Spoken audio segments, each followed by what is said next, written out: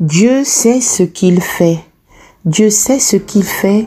Voici le message de ce jour. Nous allons lire le livre de Exode au chapitre 14, du 9e verset au 14e verset et du 21e verset au 31e verset. Lisons au nom du Seigneur. Les Égyptiens les poursuivirent, et tous les chevaux, les chars des pharaons, ses cavaliers et son armée les atteignirent campés près de la mer, vers Pi-Hahiroth, vis-à-vis de Baal-Tséphon.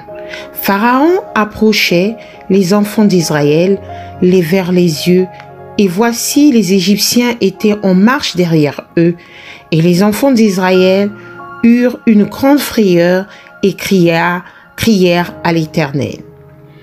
Ils dirent à Moïse, « N'y avait-il pas des sépulcres en Égypte, sans qu'il fût besoin de nous mener mourir au désert?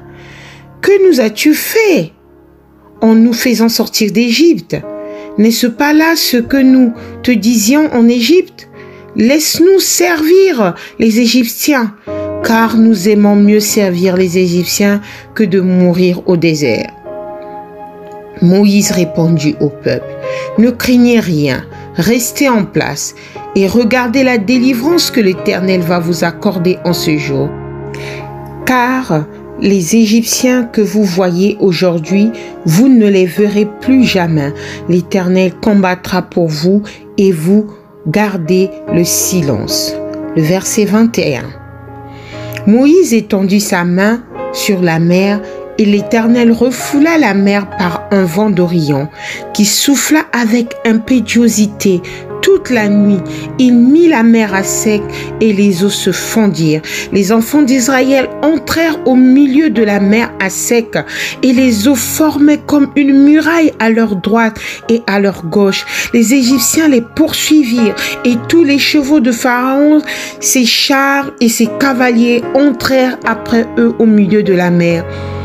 À la veille du matin, l'Éternel de la colonne de feu et de nuée regarda le camp des Égyptiens et mit en désordre le camp des Égyptiens.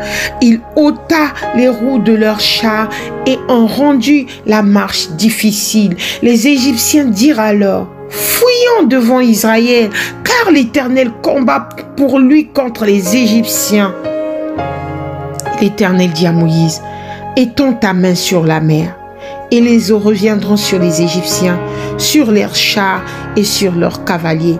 Moïse étendit sa main sur la mer, et vers le matin, la mer reprit son impétuosité, et les Égyptiens s'enfuirent à son approche. Mais l'Éternel précipita les Égyptiens au milieu de la mer. Les eaux revinrent et couvrirent les chars, les cavaliers et toute l'armée de Pharaon qui était entrée dans la mer après les enfants d'Israël, et il n'en échappa pas un seul. Mais les enfants d'Israël marchèrent à sec au milieu de la mer, et les eaux formaient comme une muraille à leur droite et à leur gauche. En ce jour, l'Éternel délivra Israël de la main des Égyptiens, et Israël vit sur les rivages de la mer les Égyptiens qui étaient morts. Israël vit la main puissante que l'Éternel avait dirigée contre les Égyptiens, et le peuple craignit l'Éternel, et il crut en l'Éternel et en Moïse, son serviteur. Amen. Mes frères et sœurs, Dieu sait ce qu'il fait. À travers ce récit, à travers cette histoire, que pouvons-nous retenir en ce jour? Quand les obstacles surviennent dans nos vies, et que notre parcours est semé des difficultés, il nous arrive parfois de nous sortir comme le peuple d'Israël, fuyant l'armée de Pharaon et arrêté dans sa course devant la mer Rouge. Dieu fit un miracle extraordinaire pour le peuple hébreu, le peuple d'Israël, libéré de l'esclavage. Le miracle de la mer Rouge n'était qu'une étape et le commencement d'une aventure extraordinaire. Si nous sommes acculés dans une situation aujourd'hui, quel enseignement pouvons-nous tirer de la vie de Moïse et du peuple hébreu, du peuple Israël, également sans espoir face à la mer Rouge? La parole de Dieu est éternelle. Dieu sait ce qu'il fait. Exode 13, 18 nous dit, mais Dieu fit faire au peuple un détour par le chemin du désert vers la mer Rouge. Dieu savait pourquoi il faisait ce détour-là. Il avait un plan, notre Dieu. Oh, il est merveilleux. Même si la façon dont Dieu conduit les choses ne colle pas avec notre agenda, il demeure au contrôle. Il connaît le projet final. Il voit la grande image. Si nous n'aurions pas choisi ces circonstances, nous pouvons le remercier pour sa souveraineté et sa solitude envers nous. Dieu conduit notre chemin, mes frères et sœurs. Dieu conduit notre chemin. Dans Exode 13, 21 nous dit, l'Éternel allait devant eux le jour dans une colonne de nuée pour les guider dans leur chemin et la nuit dans une colonne de feu pour les éclairer afin qu'ils marchassent jour et nuit. Oh, alléluia! Dieu ne nous laissera pas nous débrouiller seuls. Mon frère et ma sœur, Dieu ne nous laissera pas nous débrouiller seuls. Les colonnes de nuée et de feu sont remplacées par sa parole et son esprit. Il est avec nous et nous donne la sagesse de suivre sa direction. Dieu est capable de tourner le cœur des rois en notre faveur. Comme le dit Exode 14, verset 4. J'endurcirai le cœur de Pharaon, Dieu le dit, j'endurcirai le cœur de Pharaon et il les poursuivra. Mais Pharaon et toute son armée serviront à faire éclater ma gloire et les Égyptiens sauront que je suis éternel.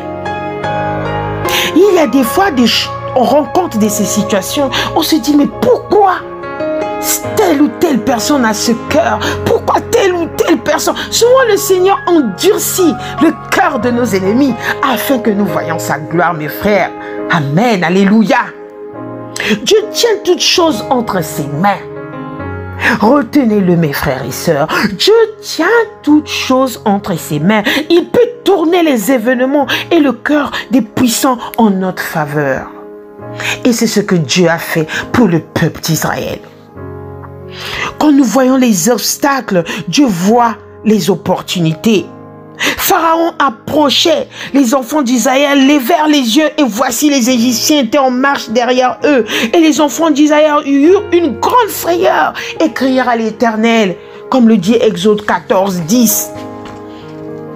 Les choses semblaient perdues, mais Dieu avait un plan, mes frères et sœurs. Il était exceptionnel, alléluia. Dieu est exceptionnel, mes frères et sœurs. Nous pouvons nous concentrer sur le problème ou choisir de faire confiance à Dieu. L'Éternel combattra pour vous et vous gardez le silence. Retenez, mes frères, Exode 14, 14 nous dit, l'Éternel combattra pour vous et vous gardez le silence. Le peuple était terrifié. Ils doutaient, murmuraient, mais Dieu n'en a pas tenu compte. Il ne demandait que leur obéissance. La prière est vitale, mais parfois Dieu dit, il est temps d'agir. Mon frère et ma sœur, quand Dieu va agir là, tu verras la mer Rouge s'ouvrir. Oh, alléluia, alléluia. L'Éternel dit à Moïse, pourquoi ces cris? Parle aux enfants d'Israël et qu'ils marchent. Mon frère, marche. Ma sœur, marche dans la prière. Nous sommes parfois coincés dans une situation, mais Dieu peut nous montrer quelle sera la bonne décision à prendre au moment donné. Souvent, on rencontre plein d'obstacles, on ne sait plus quoi faire. Mais Dieu œuvre avec puissance. Mais attend souvent notre obéissance d'abord. Notre obéissance. D'où doit revenir notre obéissance? La prière, la parole, le lire chaque jour, à chaque instant. Que ça devienne notre nourriture de chaque jour, notre nourriture spirituelle de chaque jour. Et l'obéir et marcher en vérité. Non seulement Dieu a ouvert la mer, mais il a fait marcher au sec sur un chemin sûr. Comme le peuple Nous ne sommes pas appelés à marcher dans la boue et la fange, mais cela passera par un acte d'obéissance. Nous ne sommes pas seuls. Dieu se tient entre l'ennemi et nous, mes frères et sœurs. L'ennemi croit te pousser dans la boue, mais Dieu, en te poussant dans la boue, le Seigneur aplanit le chemin et il n'y aura plus de boue et c'est sec. Exode 14, 19 dit, l'ange de Dieu qui allait devant le camp d'Israël partit et alla derrière eux, et la colonne de nuée qui les précédait partit et se tint derrière eux. Amen. Dieu enverra ses anges pour combattre et nous protéger, mes frères et sœurs. Nous pouvons être rassurés de la fidélité de Dieu. Rassurons-nous de la fidélité de Dieu. Alléluia. Notre Dieu est un Dieu de miracles, mes frères et sœurs. Notre Dieu est un Dieu de miracles. Israël vit la main puissante que l'Éternel avait dirigée contre les Égyptiens. Et le peuple craignit l'Éternel, et il crut en l'Éternel et en Moïse, en son serviteur, comme le dit Exode 14, 31. Aujourd'hui, les Égyptiens, ce sont nos ennemis. Nos ennemis qui est Satan. Il est là. Il est là, il cherche. Mais soyons-en sûrs, ayons la foi. Quel que soit ce que nous vivons ce jour, c'est quel que soit, mon frère, ce que tu es en train de subir comme obstacle là. Dis-toi que c'est un problème tellement simple que Dieu va le résoudre. Dieu va le résoudre. Il va mettre sa main puissante et va diriger des flammes ardentes contre tes ennemis. Ce même Dieu qui a ouvert la mer pour faire passer son peuple sur un sol sec avant de refermer la mer sur ses ennemis est à nos côtés aujourd'hui. Il est le même hier, aujourd'hui et éternellement. Nous serons peut-être bientôt confrontés à notre mer rouge, mais Dieu ne change pas. Il est avec nous et se bat pour nous. Quand nous mettons notre foi et notre espoir en Jésus, nous avons l'assurance qu'il ne nous abandonnera jamais. Exode 14 lui dit, l'Éternel combattra pour vous. Mes frères et sœurs, l'Éternel va combattre pour nous, pour toi, aujourd'hui. Écoute mon frère et ma sœur, l'Éternel combattra pour vous. Ce même Dieu qui a sauvé le peuple d'Israël, c'est ce même Dieu qui est toujours là. C'est lui qui a créé le ciel et la terre, mon frère et ma sœur. Dieu sait ce qu'il fait. Dieu sait ce qu'il fait dans notre vie. Dieu sait ce qu'il fait dans ta vie, mon frère, ma sœur.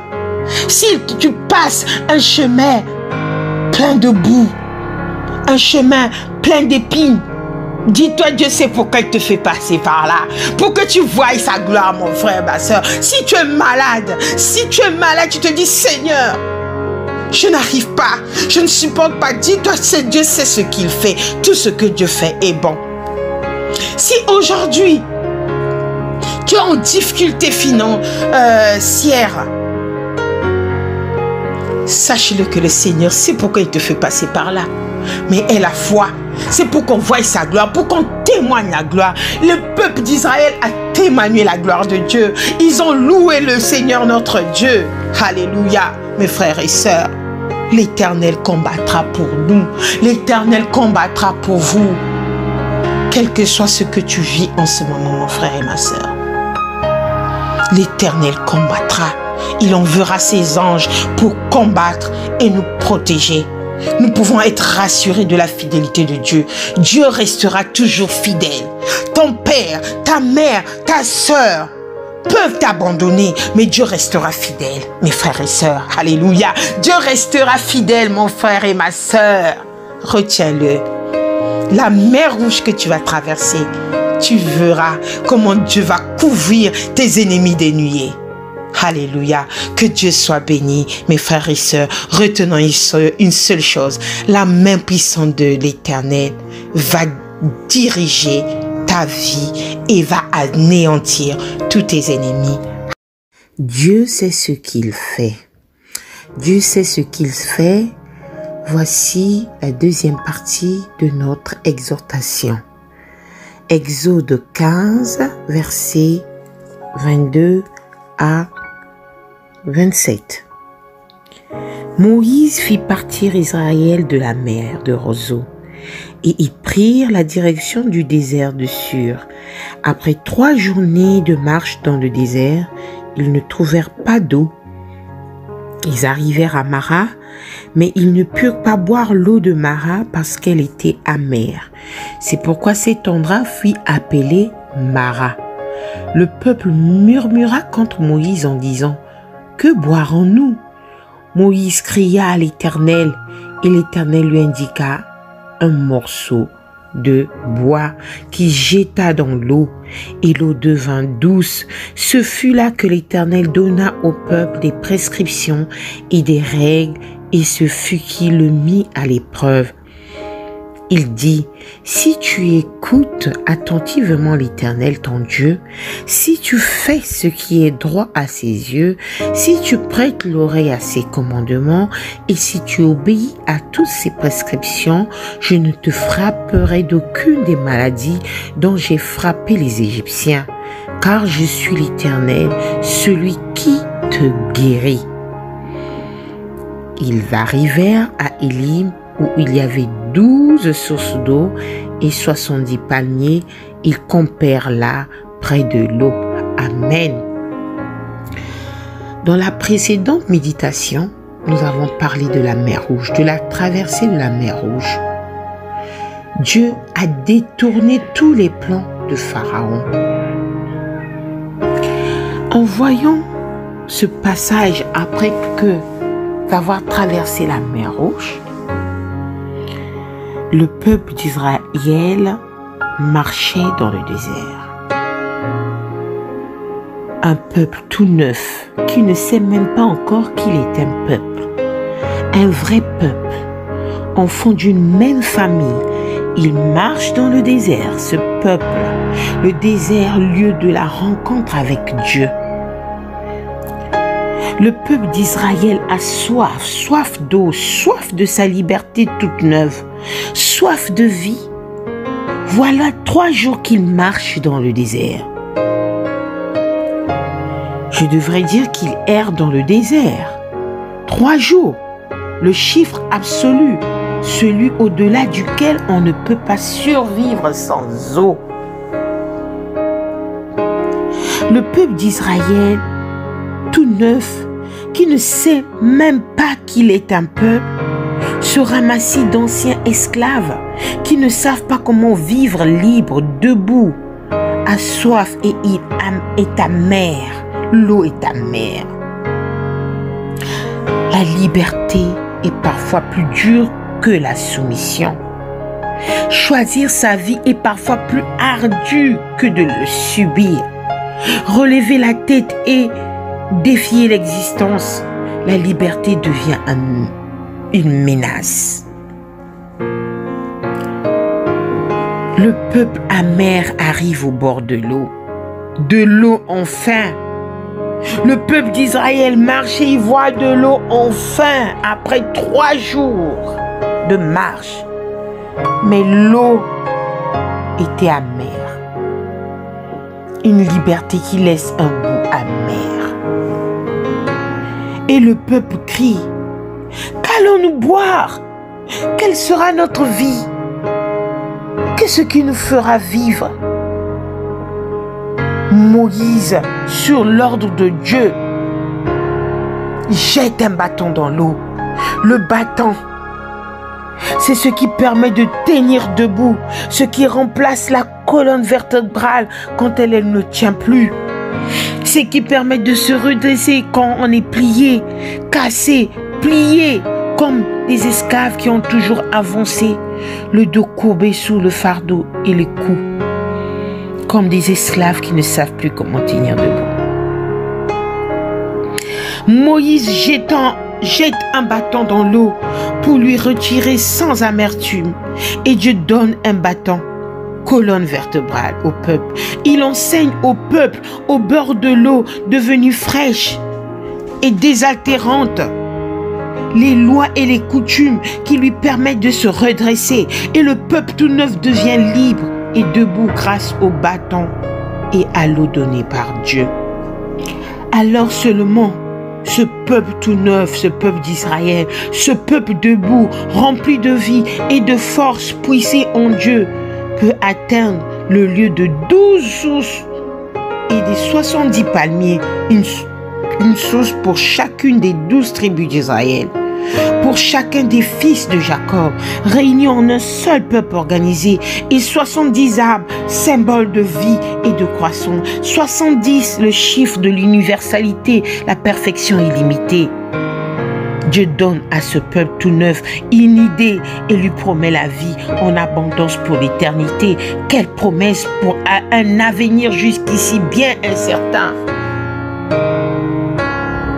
Mes frères et sœurs, aujourd'hui le peuple d'Israël, c'est nous. C'est chacun de nous. Quand on traverse le désert, les déserts, ce sont nos difficultés. Dieu sait ce qu'il fait. Il sait que le peuple d'Israël, pour arriver à la terre promise, il devait passer des épreuves. Des épreuves. Mais imaginez-vous, 3 jours sans boire. 3 jours sans boire. Et malheureusement pour eux, ils trouvent l'eau du Mara. L'eau du Mara, qui veut dire l'eau amère. Ils voient de l'eau, ils étaient contents. Ils voient comme ça, c'est pas possible. L'eau est amère. C'est ça, nos difficultés. Si nous n'appelons pas Dieu dans notre vie, pour pouvoir transformer nos difficultés qui sont amères, c'est quand nous entrons dans la vie du désert, la vie de 3 jours sans eau, que nous sommes mis à l'épreuve, afin qu'il apparaisse jusqu'à quel point nous connaissons Dieu et notre propre cœur. Mes frères et sœurs, le commencement de notre carrière chrétienne est accompagné d'une fraîcheur et d'une exubérance de joie que tempère bien vite le vent desséchant du désert. Alors, à moins que les sentiments profonds de ce que Dieu est pour nous ne dominent chez nous toute autre pensée, nous sommes enclins à nous laisser abattre et à retourner de notre cœur en Égypte. La discipline du désert est nécessaire dans notre vie de chrétien, non pour nous procurer un droit à Canaan, mais pour nous apprendre à connaître Dieu et notre propre cœur, nous mettre en état de saisir la puissance de notre relation avec Dieu et nous rendre plus capables de jouir de Canaan quand nous y serons réellement entrés. Le peuple d'Israël est passé par le désert. Dieu sait ce qu'il fait, mes frères et sœurs. Notre vie est remplie de désert. Notre vie est remplie de désert où nous allons rencontrer de l'eau amère. Cette eau amère, c'est le combat. C'est le combat. Ce sont les obstacles que nous rencontrons. En tant que chrétiens, nous devons passer par là pour pouvoir être mûrs spirituellement, être élevés spirituellement. Il faut passer par ce désert.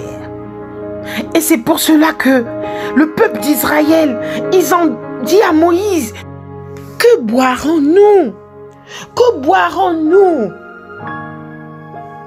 Mais Moïse cria à l'Éternel.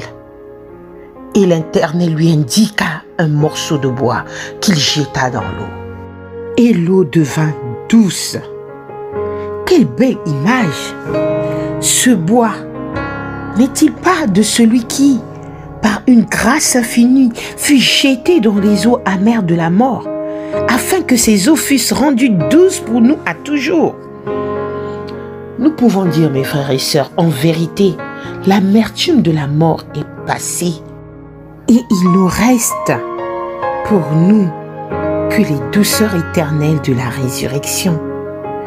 Le verset 26 de Genèse 15 nous montre tout ce qu'il y a de sérieux dans la première période de la carrière des rachetés de l'Éternel dans le désert. Durant cette période, on court le risque de se laisser aller à un esprit d'agitation, d'impatience et de murmure. Le seul moyen, mes frères et sœurs, de se préserver de cet esprit, c'est d'avoir les yeux fermement arrêtés sur Jésus. Fixons les yeux sur Jésus.